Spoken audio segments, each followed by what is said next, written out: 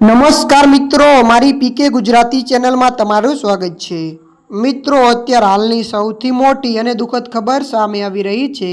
જી આ મિત્રો, આપને જણાવી દઈએ કે દીવ દમણ દાદરાનગર હવેલીના પ્રશાસક પ્રફુલ્લ પટેલના ધર્મપત્નીનું નિધન। જી આ મિત્રો, વિગતવાર આપને વાત કરીએ તો શ્રાંત પદે દીવ દમણ દાદરાનગર હવેલીના પ્રશાસક પ્રફુલ્લભાઈ પટેલના ધર્મપત્ની ભાવનાબેન પટેલનું નિધન થતાં રાજકીય અને સામાજિક વર્તુળોમાં શોકની લાગણી વ્યાપી છે। તેમના અવસાનના સમાચાર મળતા દેશભરના આગેવાનો અને શુભેચ્છકો દ્વારા સંવેદના વ્યક્ત કરવામાં આવી રહી છે।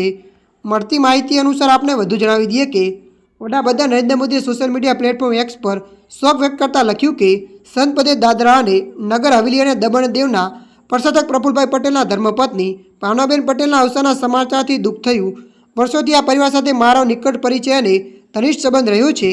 આ દુઃખની ઘડીમાં હું એમના પરિવારજનોને હૃદયપૂર્વક સંવેદના પાઠવું છું અને પરમાત્મક સર્વગ્રસ્ત આત્માને શાંતિ આપે તેવી પ્રાર્થના કરું છું।